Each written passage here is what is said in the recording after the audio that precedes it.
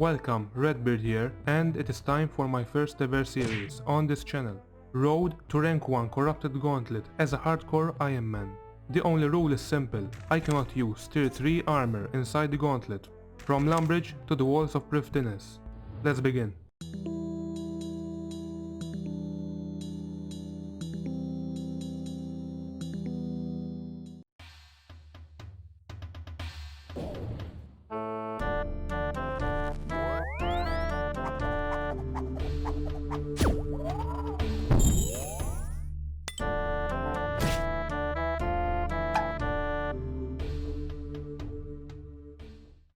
Welcome to episode 5 of this Corrupted Gauntlet series. If you're new, first episode below.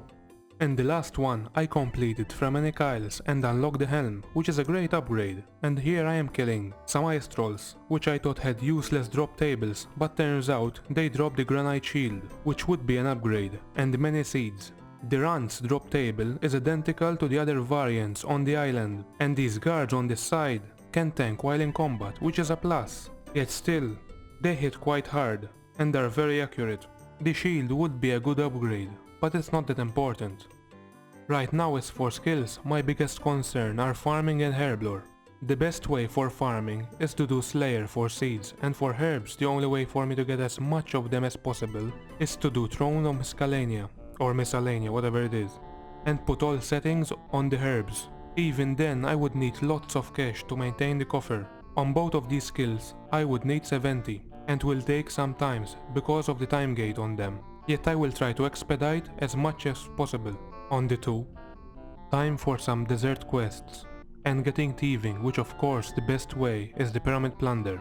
It is inside Sofanem, so I have to complete each Larnated helper, and I think contact also, for the bank inside the city. Either way, I need to do as much quests as possible to reach 175 quest points for the Barrow's gloves, which is the target for now. It is done. I can use the pyramid, but can't access the bank, so I will do the contact quest. I heard it can be quite dangerous. There were Hardcore Ironman that got killed when they set off the scarab trap inside the maze, which causes you to drop below a dungeon with a ton of scarabites that hit very hard, and to top it all off, it is a multi-combat area, so I have to be incredibly careful. Thankfully, I know the way back for the fight. You can bypass all traps with some patience and attention. The thought of dying so early is not pleasant. Anyway, all I need is to come back here for the giant scarab, which will be a tough fight.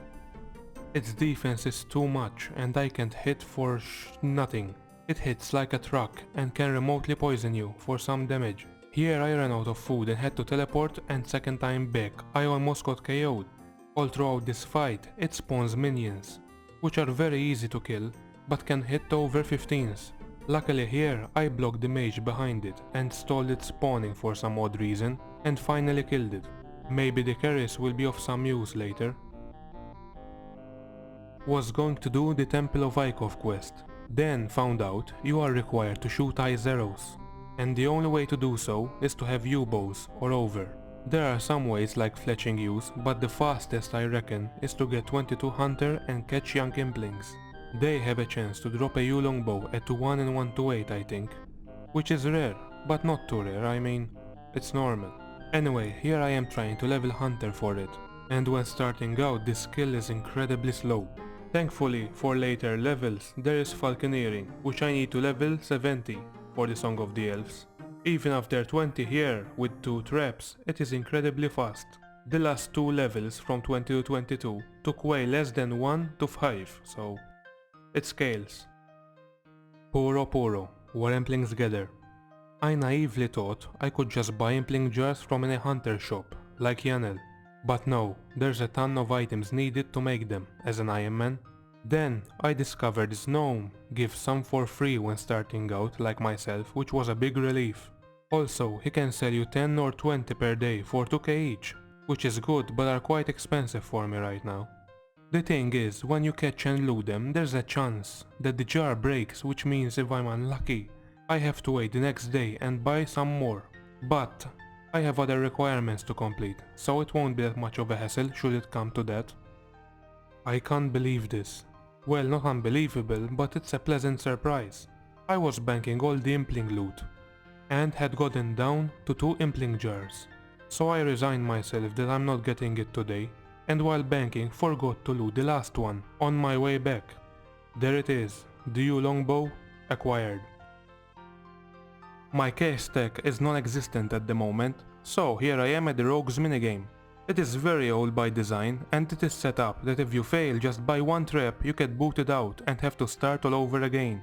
But thanks to tile indicators, you can do this very easily. Sure, sometimes you fail due to a misclick, but the rewards are necessary, even overpowered in my opinion. With the 5 rogue pieces equipped, all pickpockets are 100% doubled, and I got all 5 of them in less than 2 hours, so it's not that rare at 50 thieving, and I think it even works for the blood shards at the Vire Lords or Vire Ladies.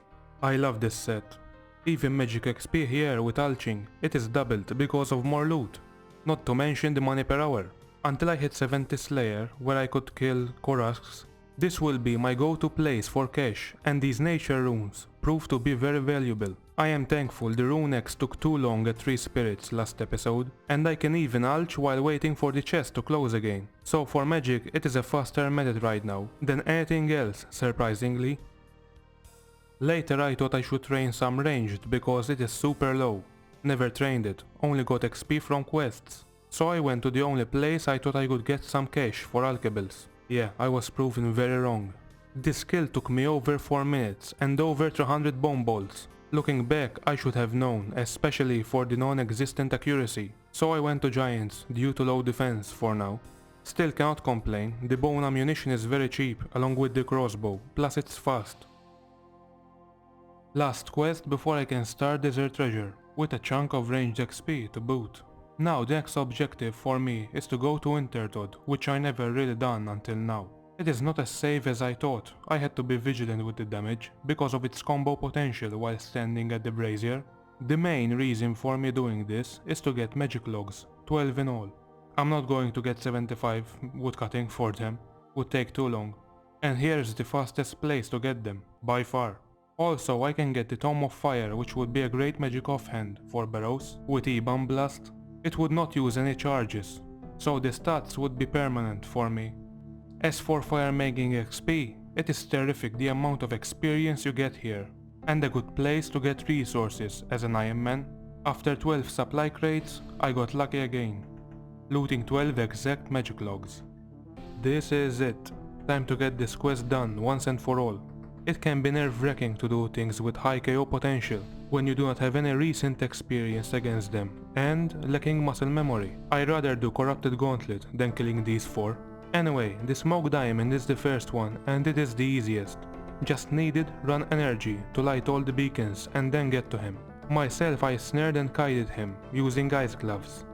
And he has no long range attacks whatsoever, but can hit over 40s, using melee. Just stay away from him.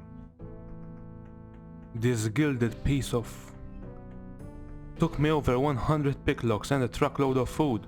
Honestly started to lose hope until finally I got it.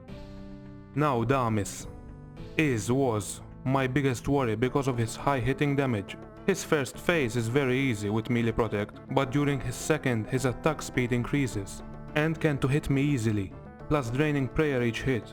So the only way for me to kill him is to save spot him. The only 2 NPCs inside the dungeon that act as obstacles are the rat and the bat, that rhymes, and all the other blend into one another, so I took advantage of this and finally finished him off. But all along still had to be ready to pray because anyone can hop and remove your safe spot easily. As for Camille, he was very easy. The 5 ice trolls were more of a challenge than him, prayer flicking them using the dragon scimitar. Now the final one, the Sus, was the hardest and was close to dying at one point. There is a safe spot that you have to time it perfectly once he spawns, but somehow I messed it up and had to tank him. I had just enough food to kill him and was on edge. Looking back, I risked it more than I should have. With all 4 diamonds, it is a risk once you step outside of a bank due to the stranger that spawns. See this guy? He has the potential to kill you easily.